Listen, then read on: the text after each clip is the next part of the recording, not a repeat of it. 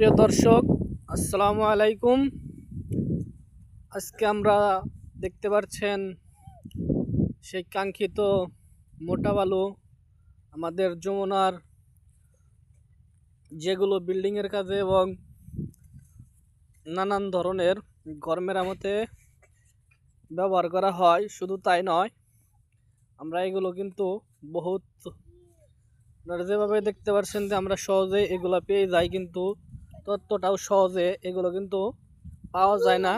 আপনারা সামনে দেখতে পাচ্ছেন যমুনা নদী, সেই নদী থেকে কিন্তু এইগুলো উত্তোলন করে আনতে হয়। সেই অনেক মর্মান্তিক ঘটনা ঘটে যায় এই বালু উত্তোলনের সময়। শুধু তাই নয়, অনেক সময় দুর্ঘটনার কবলিত নদীতেও পড়ে যায় মানুষ। এমনকি আপনারা দেখতে পাচ্ছেন যে সামনে এই বলগেটগুলা যে কীভাবে বালু উত্তোলন করতেছে, এর কারণে কিন্তু অনেক সময় দুর্ঘটনা ঘটে যায়।